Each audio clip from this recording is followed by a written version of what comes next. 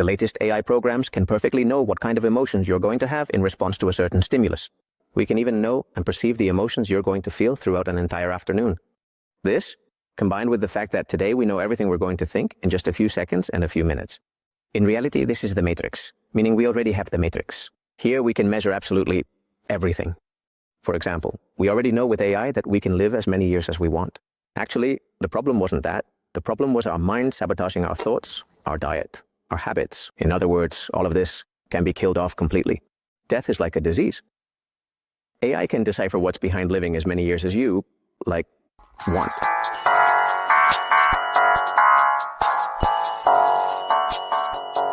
Hello everyone, welcome to our home channel on Friends. Today we pick up the phone to welcome Mikl Nadal. Mikl, thank you so much for coming. It's a pleasure to have you here.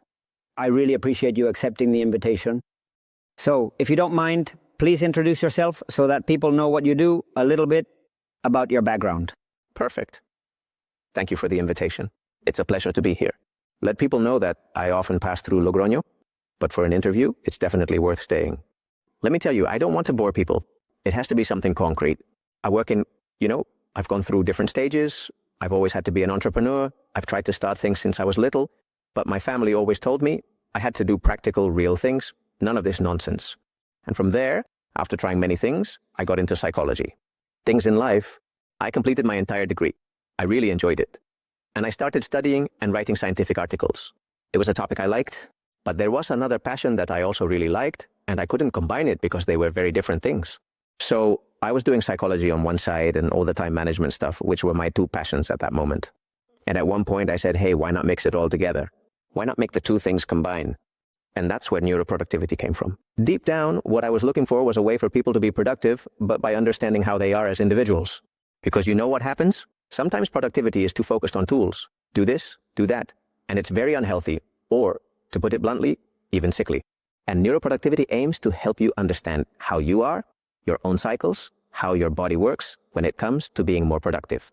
Because first we need to train this, the mind, and then we can be more productive. So neuroproductivity, and what I focus on is this.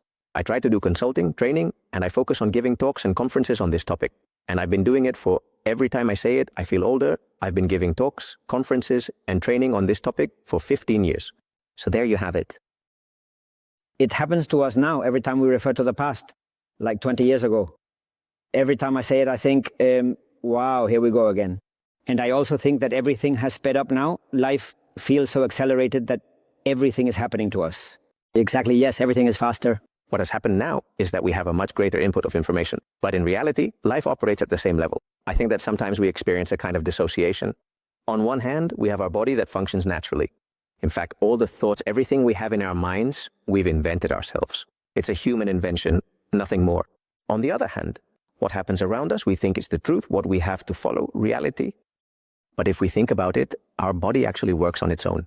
It's curious how almost all illnesses, everything that happens to people, stress and anxiety, are never caused by your own body or reality itself. It's because we interpret that we have to rush, or that if we don't hurry, we'll miss the train, which we think is the most important thing in our lives. And if we think about it, it's really not necessary because your body and mind already function well. It's actually an alteration. It's like you know what? Now I have to rush because talking about AI, talking about artificial intelligence, everyone has to do it. Yes, but no. In other words, you can do it, but your body isn't asking for it. It's your thoughts, it's your ideas that make you feel worse, but in reality, you don't have to go there. Yes, I think the talk we had with Inmaculada Arbosa, who besides being a law professor is very involved in education at the University of Deusto, was about that. We were discussing how everything probably comes from the training we've had, from how we've been taught about life, that we have to meet objectives, that we have to reach certain goals. And I think we're obsessed with meeting our goals, and what you say, and to rush ourselves. Of course, it's the constant pursuit of knowledge. Because in the end, if we look back a little, our parents, our closest family, have always told us, you must learn from everything. You need to have a bit of culture. You have to know absolutely everything. But no, in reality, that was a belief from our parents or our ancestors. We don't have to know everything, and we don't have to learn from everything. Look at the kids. When you ask them things about general knowledge, what do they say? There are many things they don't know, but who cares? They don't care. And maybe they don't have to know them either. But we, from this perspective that we've been taught about not having a bit of culture, this is important. Also, you can kind of show off, hey, look what I know. Well, maybe not really. And I think this is an important point too, the limits we set for ourselves. Understanding that today's reality might be different from the past, and that young people, the younger generation, think differently. And it's okay for it to be that way. But I want to say something that I think is important. Your thoughts should never be confused with what's really happening. So all the speed we have, all the stress we have, all the need for objectives is a matter of our own making. I'm even going to go further. The objectives as such, the goals that are great, and they're marketed really well, mind you. I love talking about that. Actually, don't exist. What is a goal? A goal is a personal invention. And we set a goal for ourselves because we believe it will make us better people. Yeah, I don't know. There are many goals that sink, many goals that ultimately are just references. And many times, even the goals are about copying other people who want to achieve the same thing. I also have a bit of that shiny object syndrome. I want that too. And people crash after wanting to achieve that goal, but they're not willing, obviously, to do what the other person did. And in the end, it ends up colliding. And people then go to the psychologist too, probably, because of this mental issue we mentioned earlier. Yeah, with my son now that he's studying at university and he's learning, of course, they're focused on the exams in December. Forget about what's happening. It's just very complicated. I tell you this from experience and from what I see. Learn. Don't worry about the grade, more or less. Yes, there are results you don't need, but above all, make sure you learn. Because it doesn't help to have a great grade if you didn't understand it or if you forget it. Yeah, well, what happens is a bit of the tradition they've received from school. In the end, school is knowledge, knowledge, knowledge. So they come out of there with the same mindset, the same mentality. Hey, I need to gain more knowledge, knowledge. In the end, you look for in life what you've been told to look for until you realize that knowledge itself doesn't work for anything. And that's also a topic when we talk about productivity and we talk about the mind, because I really like to mix these two, the brain, psychology, and productivity. In reality, you realize that productivity is a consequence of how you think. The problem is that we've taken everything to specific tools, to this. So it was much more productive, but nothing could be further from the truth. Actually, first, you have to untie this mental part and the rest will come naturally. Goals fulfill themselves, and it's a matter of awareness. But of course, it's much easier to follow something that shines than to have to think and ponder. What's easier in the end? Using a tool to go faster or thinking, reflecting on why I'm using it. It's easier to use the tool, plus it's cooler. It even sounds better when you say it in front of people. In line with this, the topic that I, as the previous guest, Marco Albermudez, called me a fan of artificial intelligence, but it is true that in what we are talking about, for example, before we had to memorize to know everything by heart all the time. I don't know if it's lost or not lost, because there are also people who say that memory must be exercised. But it is true that it can be dedicated to other things, to thinking, to reflecting, to later facing complicated situations. Because we graduated, I from law or anyone else, and you came out clueless, not really knowing how to face life, no matter how much you could recite the civil code by heart. Do you think this artificial intelligence will actually enhance our ability to dedicate time to other more important things? In reality, artificial intelligence is nothing more than an accelerator of something. If you, for example, have no idea about anything and you accelerate something you have no clue about, you'll still know nothing. You're just using a tool that will cover for you. So the question is, will artificial intelligence make us smarter or not? This is the big question, and for now, there's no reason it should be.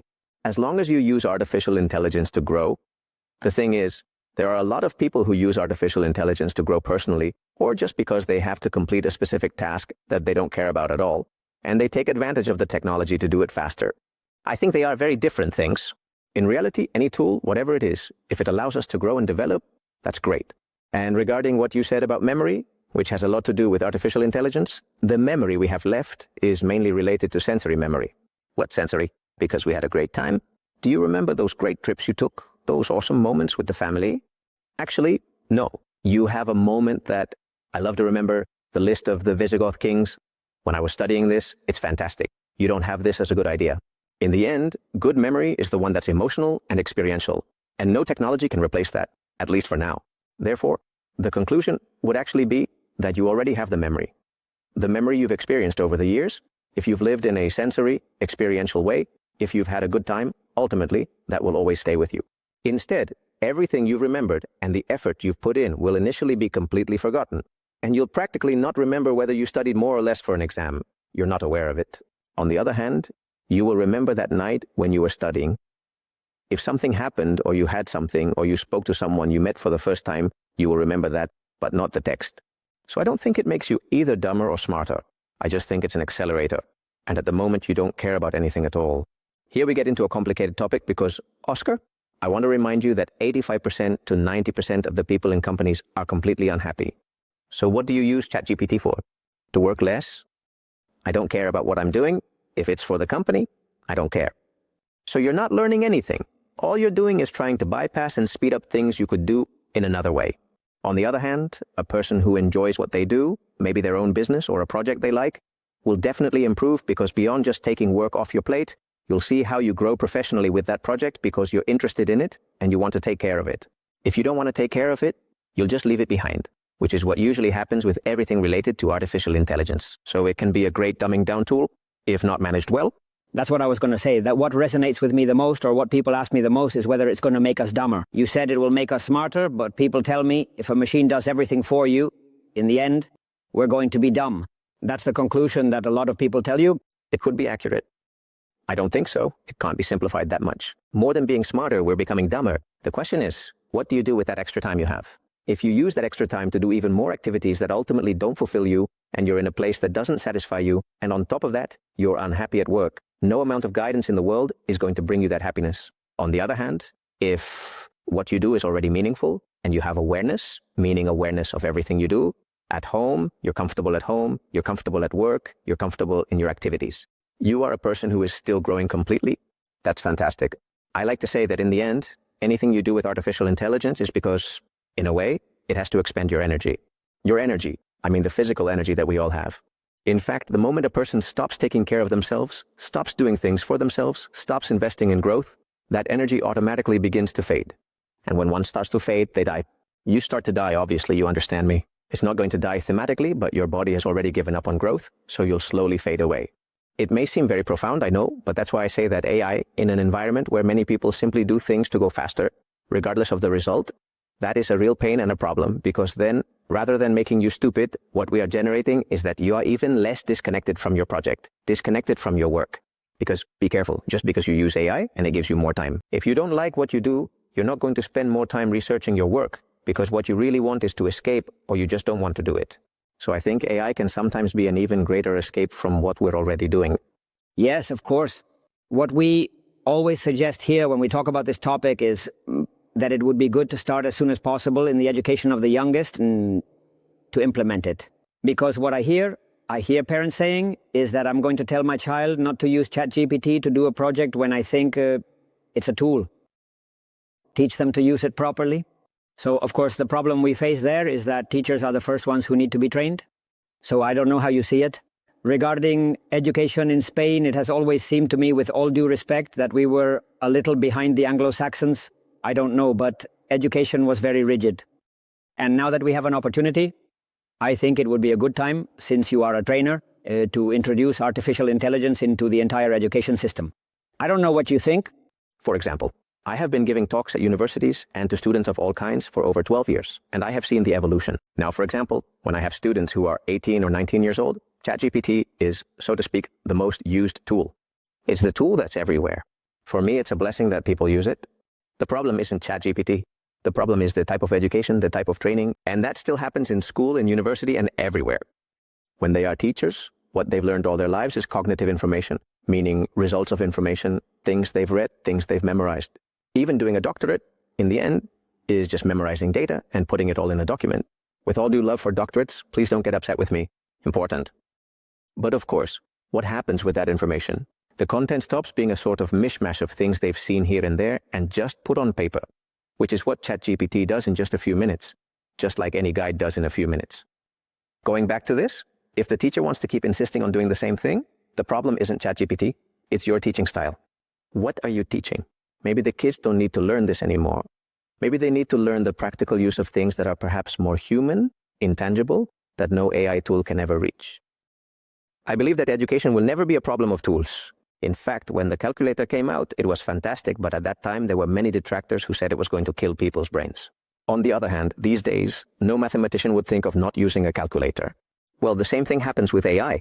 It's also worth mentioning that AI is still not understood, because many times teachers think that their competencies are being undermined, and there's a lot of ego involved, let's be honest, thinking that no machine can know more than them. Let's see, this machine can't know more than me. I know a lot. I've been teaching for 30 years. What are you going to come in here with this machine for? But they forget that this machine has millions of brains, just like theirs, and millions of others. So I think education needs a shake-up. It needs to be stirred up 100. And teachers are the first ones, surely. So of course we need to use ChatGPT, absolutely. And there are definitely activities that don't require it, totally.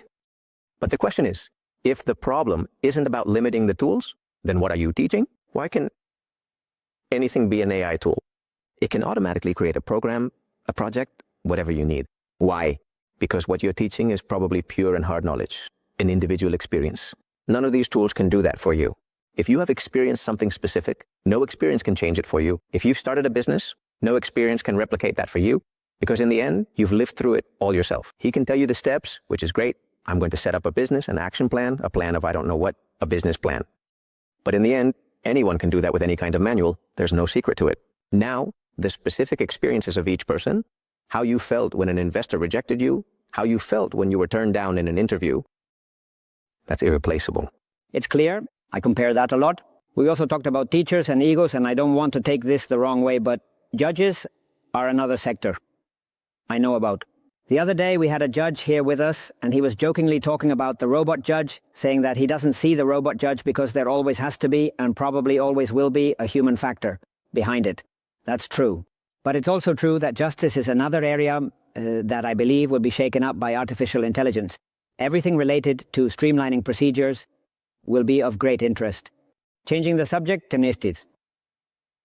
Tell us, within the training you provide and your channel, you explain AI tools that help make better use of time and be more productive.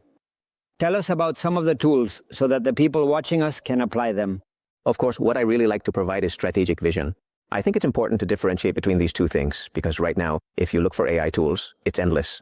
Almost all of them use the same technology. As I would say, this won't save you from anything.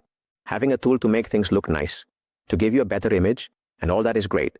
But in reality, beyond the strategy you have, it's going to give you a result. Sure. I think sometimes we confuse AI with concrete solutions. For example, I want to take a better photo, but really, if you think about it, what does that have to do with you? What does that have to do with your business, your work, your life?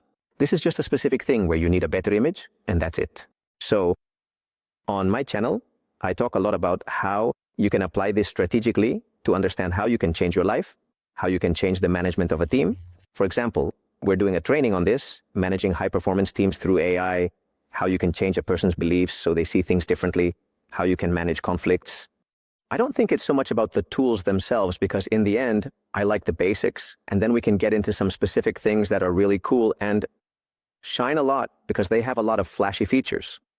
But in reality, I almost prefer simple things that change the way you think, because as we said before, AI is a bunch of brains, and when there are a bunch of brains, I want to make the most of all of them. I want to have the talent of the most creatively gifted person. I want to have the same vision as the CEO of a company with 15,000 employees, and I want to grow my business, my department, my team based on that. So I'm more interested in this than talking about specific tools that can do it better, because I believe that nowadays, practically any tool does the same thing, some better, some worse. And it's also a matter of what you like more. Hey, I like the answer. This one gives more than the answers the other one or the one on the motorcycle gives. So let's go with that. So on my channel, I publish 3 types of videos on YouTube and social media.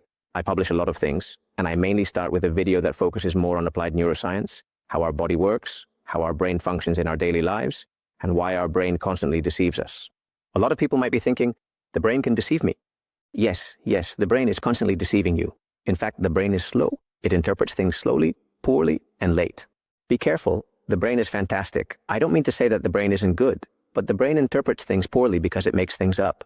In the end, you catch something, a light, and you think it's white, but if you start to analyze it, this light isn't actually white. Inside, there are a ton of photons.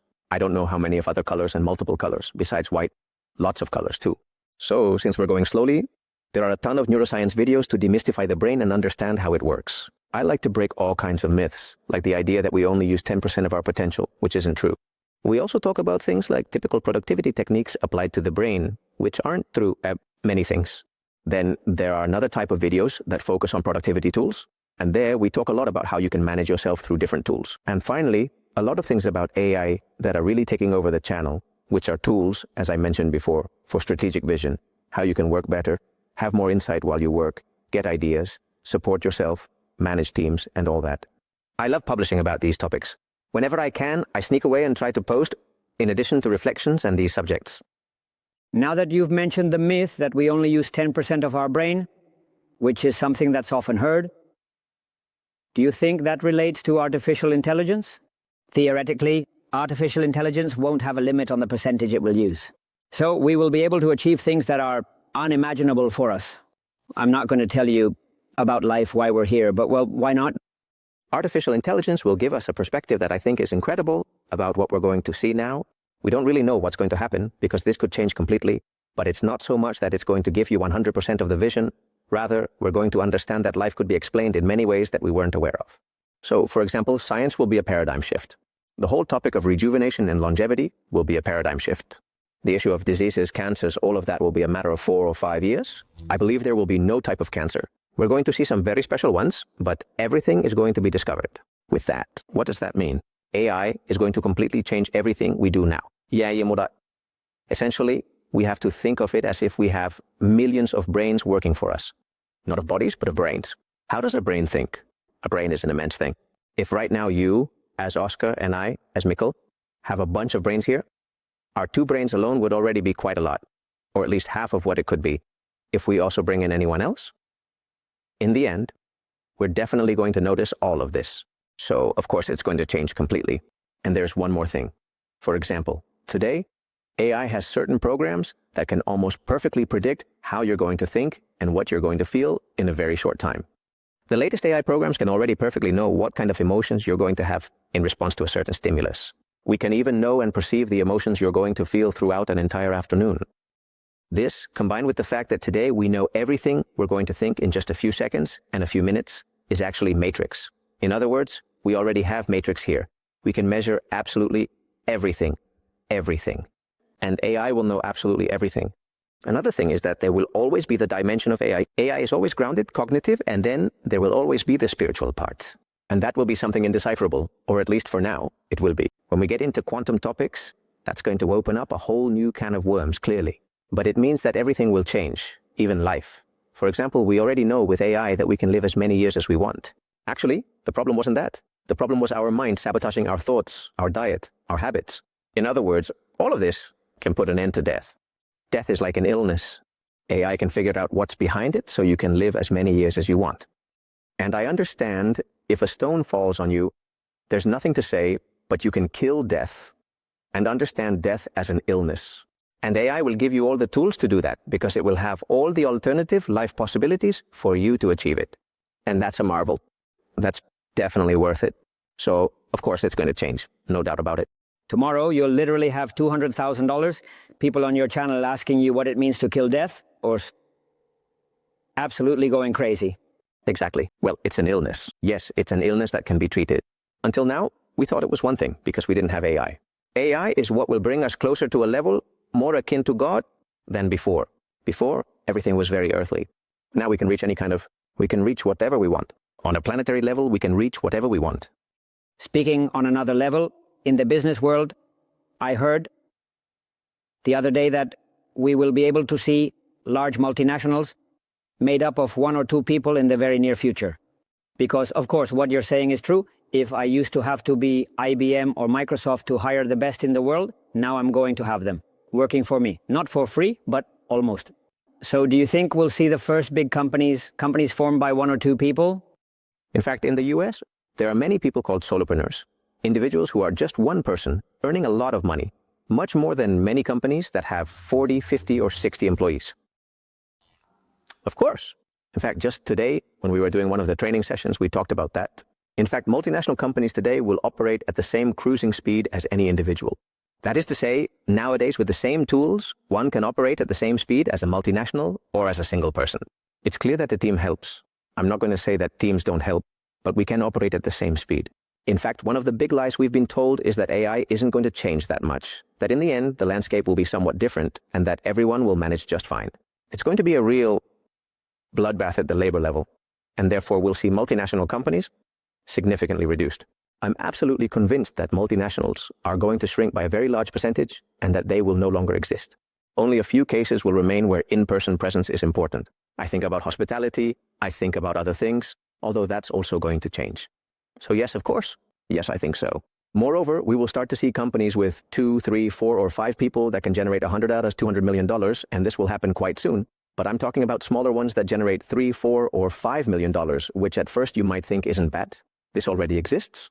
We have many examples where you have a sort of entourage of AI, a bunch of different AIs working for you, and you've been able to generate this. In fact, one of my own projects has gone through this. In the end, I had quite a few people working, and there were some things we've seen that AI does better. And I'm thrilled to be able to maintain jobs. But in the end, if I have AI that does it better than a person who doesn't even come close to that level, then AI is always going to be a more effective option. So I have to say that AI is going to revolutionize everything, and that it's going to change and eliminate many jobs. I know it's a bit unpopular to say, but I think sometimes we get a bit naive about this. Well, yes, of course, everything is going to be okay, and in the end, everyone is going to adapt. We need to turn on a bit of AI, right? We need to turn on a bit of AI. There are things where you need to have a high level of AI to be able to keep your job, for sure. And that's going to happen with some profiles, but not with all of them. I see, for example, what influences me the most, which is the world of law. The big law firms are destined to disappear because they based their potential on having more staff to handle more cases, such as... And I don't know if it's a problem, an inconvenience, or a process, but the people who are graduating from law schools now and who are taking on jobs that they didn't really want are going to have a hard time finding their place. So those people will have to think about either relocating or we're going to go through a tough time.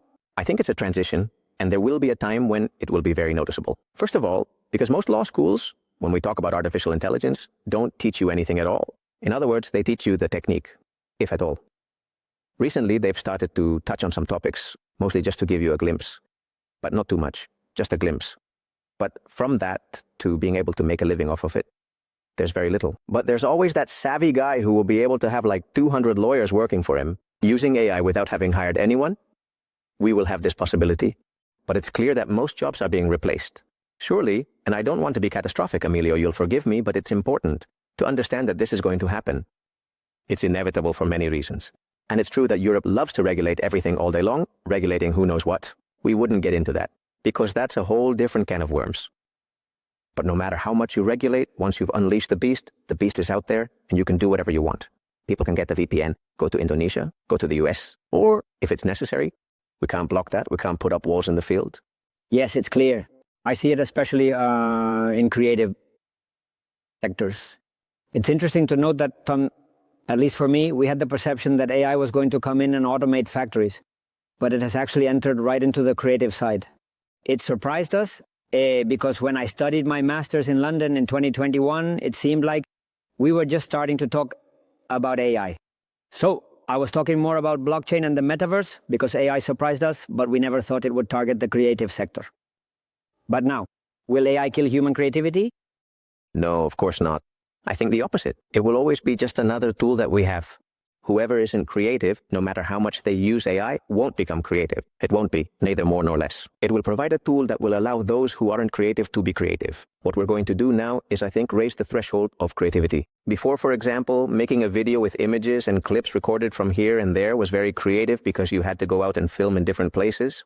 Now, these days, with something like Sora, for example, that makes automatic videos, maybe this will be the bare minimum of creativity.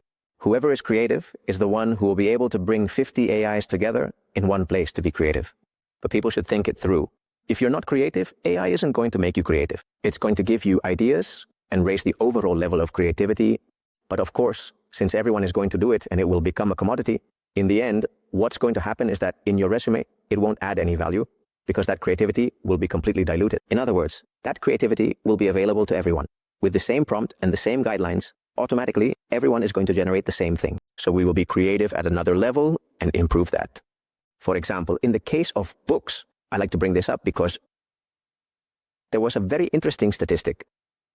Sorry for the data, I might be mistaken here, but recently on Amazon, which is the top platform for selling courses, meaning the platform where the most are sold, around 5,000 books are published each year in Spanish. Last year, the whole AI thing, I think there was, a 10%.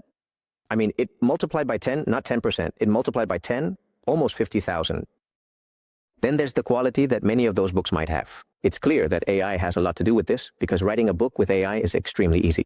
Moreover, you give it a book and say, write me one just like this, but change 4 things and the names of the characters, and in the end, it makes exactly the same book. Everyone can be a writer. Yes, but then it will raise the standards for writers. The basic writer used to be one way. Before, for example, you had to write with parchment. If you wrote 50 pages, you were already God. Now, if you write 300 pages in one go, but it's all done by AI, and there's no human creative input, that's going to show. So we'll generate a lot of boring content, standard content, flat content, which will give us yes. Some will be better written because not everyone will use AI in the same way. Some people will find it funny, others won't, but there will always be that last step. There will always be this last level. This has always happened. Just like when calculators came out, it seemed like everyone was a mathematician because I can calculate the square root of 546, which, by the way, I don't know what it is, but you can do it quickly. I can do it too, and I'm not a mathematician. On the other hand, a mathematician will do this, which will help them know that the next derivative needs to have these data points. It will automatically have a new level. So what's going to happen is that it will raise the level of creativity, just like the name of mathematics rose, just like the level of computer science rose when computers started coming in, exactly the same. So no, it's not going to kill it. On the contrary, what it's going to do is raise the standards. Speaking of this, sorry about the topic of books. The other day I was also talking with some professors, and they were outraged because they are already adjusting the limits or requirements for the chairs. So they have eliminated the publication of books because one was the publication of books. And now what you say is that people don't sleep at night and they make a lot of books. And I found it funny because I said, now, and of course I told them, yes, it has been eliminated. It has been eliminated because books are coming out like hotcakes. And with the topic of creativity, you used the example of mathematics. I know that now someone will know how to calculate a square root, but of course we are reaching a point where they'll know how to do it. What is going to remain? Because, for example, the music we were talking about this morning, a song, is already very difficult. It's practically perfect. Plus, it has no mistakes. Of course, I compose it, and it's clear that I'm going to hit a wrong note. Instead of playing a B, I'm going to play an A minor B. Do I make myself clear? In the end, it's going to change a lot. Well, the topic of books is also true that it's going to change. There will be a shakeup. Does the question make sense today about reading books? Does it make sense, for example, to write books? It's a great question, and I'm telling you this as someone who also writes partially. Maybe in 5 years? I don't know if it makes sense. Maybe you'll find everything. You can ask her any question. The question, perhaps the only books that will make the most sense are the more novelistic styles, adventure styles, because that's more about the enjoyment of reading it than the content itself. For example, if it's a business book, in the end, it tells you to summarize the business book in 3 phases, whatever is most important to me. Now, if you want to experience the book, how the author thinks, etc., well, it will always be good to be able to read it. But I have many doubts that books will really end up existing in the long run, because they might lose a bit of their factor. I don't know. This is science fiction, obviously, but nowadays you think about a book, and hey, if it's a more informative book, like a business book, maybe it's not necessary because you already have the summary. On the other hand, if it's a more experiential book, more of a novel, more of a socio-fiction style, well, then it's different because you can make a summary. But what's the point of that? The fun is in living the character, the intricacies, what's happening here, what's happening there. I think that's true. What you mentioned, and I don't know if you've heard this or not, but they say that reading, and I'm not just talking about the content of the book, helps the person who reads to concentrate. Of course, those videos are taking over. YouTube is the king. And that's going to affect, for example, our brains. It's going to make us, dumber. Or the decrease in reading go, well, of course, their attention spans are steadily declining. In fact, I like to emphasize this a lot in my training. In the 80s, people were able to focus for up to 40 minutes straight on something. Nowadays, in 2025, it's around 5 or 6 minutes. We've changed in just a few decades. We're talking about 4 decades. That's 40 years, which is nothing. We've gone from being able to focus for up to 40 minutes straight to just 5 minutes. This is nothing. And watch out, the worst part is that it's not just the kids, the younger ones. People think these are the kids who are 16 years old. No, because these studies are done with people ranging from 16 to 65 years old, so the population spectrum is quite broad. There's a difference between those over 70. It's true that they have lower technology consumption and therefore don't have as much of that technological dependence when it comes to video. It's true that something is happening that has never happened in humanity, and that is that the brain is starting to change. Of course, if I had asked a person 1,000 years ago whether it was better to read on parchment or read on stone, Surely many of them would have said, no, read on stone because parchment hasn't been invented yet. I'm not sure about that. So, it's the same thing that's going to happen. For example, it's often said now that if you write, it feels like you connect your brain better with what you're doing. Well, we're talking about this now because we don't have data on people who have been 100% digital and have done it by hand. Maybe in some time this theory won't hold anymore, because if a kid only learns to type on a computer and hardly writes by hand, we might come to different conclusions. There is no theory that says that. What will always happen is that the humanities will be there. And in the end, it's interesting. It's not a coincidence that right now, pottery and jewelry workshops are making a comeback. What is that? In the end, it's about focus and attention, and above all, meaning, feeling things. Because our ability to focus is messed up, that's just how it is. It's a bit like it's gradually going backward. But it's interesting because we come back again to these typical techniques that have been around forever, like metalworking. The topic of pottery has become trendy everywhere. In Spain, you go and there are a ton of places where people do things, crafts, etc.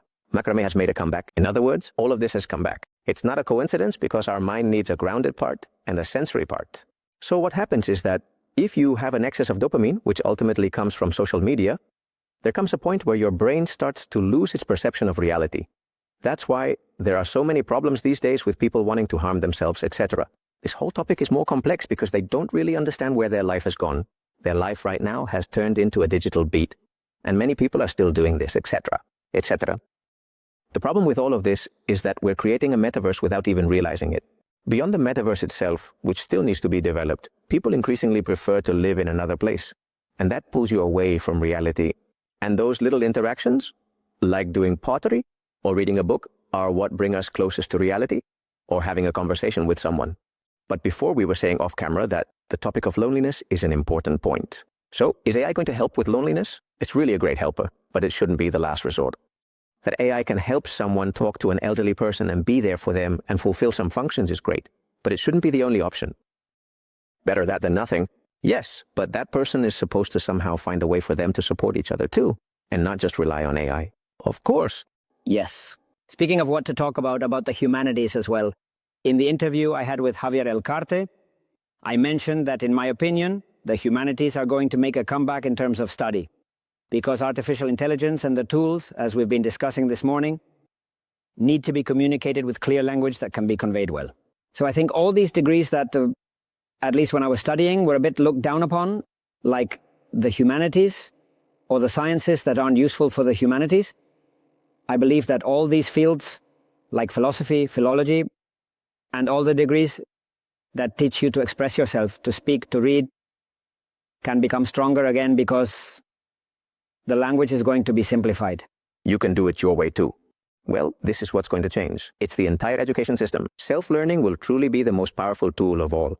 Until now, self-learning was something that required consistency and knowing where to look, but now it will be the most normal thing in the world to create a personalized training plan and pay for courses that interest you as you go along. I also believe that long-term training doesn't work. It doesn't make much sense. What works in training is to do something for a month, test it, and do it quickly. I really believe in micro-learning sprints. You learn something, and for a certain period, you learn nothing. Already with a 4-year master's degree, with 4-year programs, I think it's a big mistake for me, especially on an educational and pedagogical level, because during those 4 years, the information has improved so much, and the teachers haven't. There we have a gap, and something is happening. There's a kind of dissociation. So the learning plan will be completely individualized, and you'll only pay for specific things because you can't access that experience. This is a bit of what I think is going to happen with education. 1,000 things can happen, obviously, but I believe it's going to happen. It still happens a lot that people are very used to being amazed by everything, like the state as a parent, the state as a mother, etc. That's why we still follow a kind of title for what it can give us. But I believe the trend will be that when people see the self-management they have, the capacity for learning, and that the cost will be much lower, there will be no doubt that this is going to happen. I see it. I've always seen it in the area of, for example, commercial law, which has been very changeable in Spain. We've had a bankruptcy law that has been reformed 17 times, and now there's a consolidated text, and we still keep on training continuously. Forget about it. But of course, I can imagine a master's in artificial intelligence, not to mention 4 months, a year, or even 2 months. And you think it can't be, because it could be what you say, a 15-day sprint, 10 days, a month at most, because new things are coming out every day. So obviously what you're saying is that it could possibly change the entire structure of education, Now we need to get ready. We should know. And in fact, we are not prepared. That is to say, right now, all training, notice that there are normally two types of training. There is formal training and non-formal training. By formal, we mean everything that is university-related, master's degrees, official titles, basically. And on the other hand, there's everything that is non-formal, which has always been seen as something of a second level, more undervalued. What's going to happen? With AI, all the effort is going to be balanced out, because now, if I want, I can achieve the same level of study as a postdoctoral degree. I can find the best articles on a topic, even if I have no clue about it. And on the contrary, this is not viable. So what is going to happen now? That anyone who does a master's in something, a course, whatever they want, will automatically have the maximum knowledge, even superior to the master's that is supposedly regulated and operated in the European Union. I don't know what. I don't know how many. This has never happened in history. That a guy and I can create a master's program at home that is of the same quality level as a 2-year European master's, and I can do it in a month and for half the price. Not just that, 90% cheaper. Of course, this is spectacular. This is going to bring about a change and will completely disrupt many institutions, especially in Spain, but it's happened in many countries. Nowadays, we have universities simply because everyone wants their own. I mean, Logroño wants its psychology faculty, Navarra wants its own, A Coruña wants its own. And of course, there comes a point where there was never complete quality in any of the places, because in the end, it's a matter of quotas. We have to fill the quotas wherever they are. One here in Valladolid, another in Jaén, and another, I don't know where. Of course, this has never happened in history. And what will happen is that the forces of formal education will become even more unified, trying to compete with this informal education. And formal education is going to have a broad path ahead, meaning that all the courses an individual takes based on their experience will sometimes be much more superior than doing a 2-year master's or a 4-year degree. Here we have, speaking of this, here we have an example in La Rioja that in fact one of the 5 most powerful companies in La Rioja is Unir. And that's because it allows you to study whatever you want from anywhere in the world right now without having to go to a specific place. What happens is that a place like Logroño can become a hub for whatever you want if there's the will to make it happen. And not only that, but there are a lot of people who want to do it, which is another topic. You don't need to anymore. You can do it from Haro, from anywhere. You don't have to do it from a big city like Madrid or Barcelona. And obviously, you don't even need to be in the US. Then obviously, you'll have better or worse skills depending on where you are. And sometimes there's also a matter of talent if you need it. But beyond that, you can generate education from wherever you want. And that's also what I like to address when we talk about productivity. I think productivity has so far been a tool to do more things faster. And for me, I think from a place of humility, that's a mistake. Because in the end, trying to advance too quickly with AI, if it doesn't lead you to feel good about yourself, to feel well, and especially to be healthy, I think that if you're not healthy, it really doesn't matter. AI advances so quickly, and you doing 1,000 things with AI, I think in the end, it doesn't make any sense. That's why I think we need to differentiate between healthy productivity and unhealthy productivity. I think a few years ago we had productivity on permission because everyone was chasing the clock, trying to find things. Now AI, for the first time, if we use it well, is capable of having a global view of you. You can ask about anything from how to improve my longevity to how I can enhance, for example, my social relationships, including my finances. Before, you had to undergo very specific training in one area, and people never became specialists in other fields. This is interesting, Oscar, because look, just a few days ago, you would do a training in law, then you would get a master's, a doctorate, whatever you wanted, but it was always the same. Nobody was really getting trained. Then, at most, you would take a 1-day course on something like, let's do a bit of meditation because I've heard it's really good. Ah, perfect. You go there. But now, in a single day, okay, you can learn about meditation, you can do yoga, you can focus on productivity, you can work on leadership, and you can get the best speakers from all over the world. And you can do it at a glance with AI. You can tell it to make a list of the best speakers, the best talks in Spanish, I don't know what, blah, blah, blah. Just with that, it's already worth living. Well, it's worth living in today's world, which I think is wonderful. I would also like to know, taking advantage of the fact that you're a trainer and you have your channel, how do you encourage people? Young people are definitely more into it, but older people tend to be lazy or think they don't have the ability to learn. Older people too. Let's see what older people who are a bit more sensitive, a little older, how do you encourage them to, for example, in your courses or similar courses, to motivate themselves to get trained? That it is possible, and that people are mostly afraid of because if you go to a physical place and force yourself to go, but of course there are still people who struggle with the whole screen thing. So to encourage people. Exactly. Laziness is what keeps you from getting in there. I always say that time is life. It's neither gold nor worth anything specific, because in the end, time is what gives you life. It's what life is made of. So one has to think that any tool they use, whether it's artificial intelligence, neuroproductivity, whatever they want, is simply to have a higher quality of life. Here you decide whether you want to pursue a quality life, or if you want to keep following the same patterns that are making you sick, because the real problem with all of this, I mean it, is that these are patterns that generally make us unwell. If you do more work than you should, if you take on tasks that are cumbersome for you, tedious, and you're not comfortable with your team, and you don't address all of this, you'll end up with a life that gradually becomes more and more unhealthy. And that's going to cause you all kinds of headaches, serious problems, bad relationships, issues at home, etc. I really like to bet on that. If you want a quality life, you have to work from this holistic approach, understanding that productivity isn't just about AI, but that AI is very variable, and that we're talking about health, relationships, money, everything, absolutely everything. I like to convince people from that perspective that you'll have a higher quality of life, especially you'll understand your loved ones better, you'll take better care of yourself, you'll respect yourself more, everything will seem better to you, and you won't have to chase after people. Many bosses ask me about this. Stop chasing people, try to find a way for them to self-manage, to empower themselves.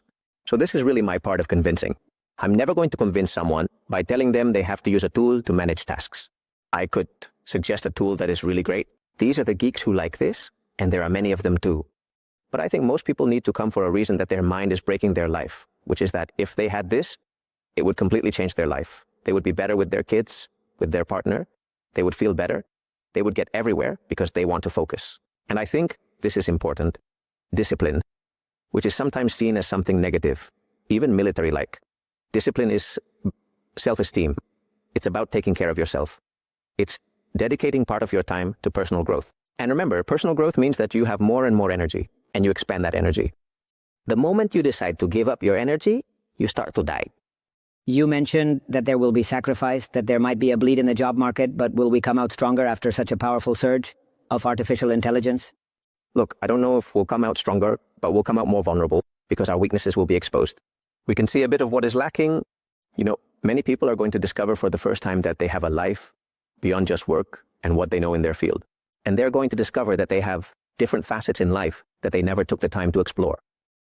Is that why it will make us more vulnerable, more introspective, and will that help us grow stronger or not? That depends. I think in the end, strength isn't so much about whether we'll be better or not, but rather if you'll be able to understand that uncertainty.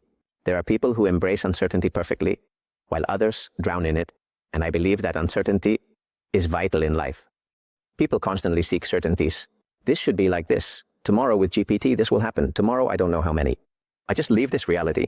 Embrace uncertainty because that's the most wonderful thing about life, knowing that everything can change and that you will be a part of it. The moment you know how everything is going to turn out, you start to languish because you've let your energy go to the same destination.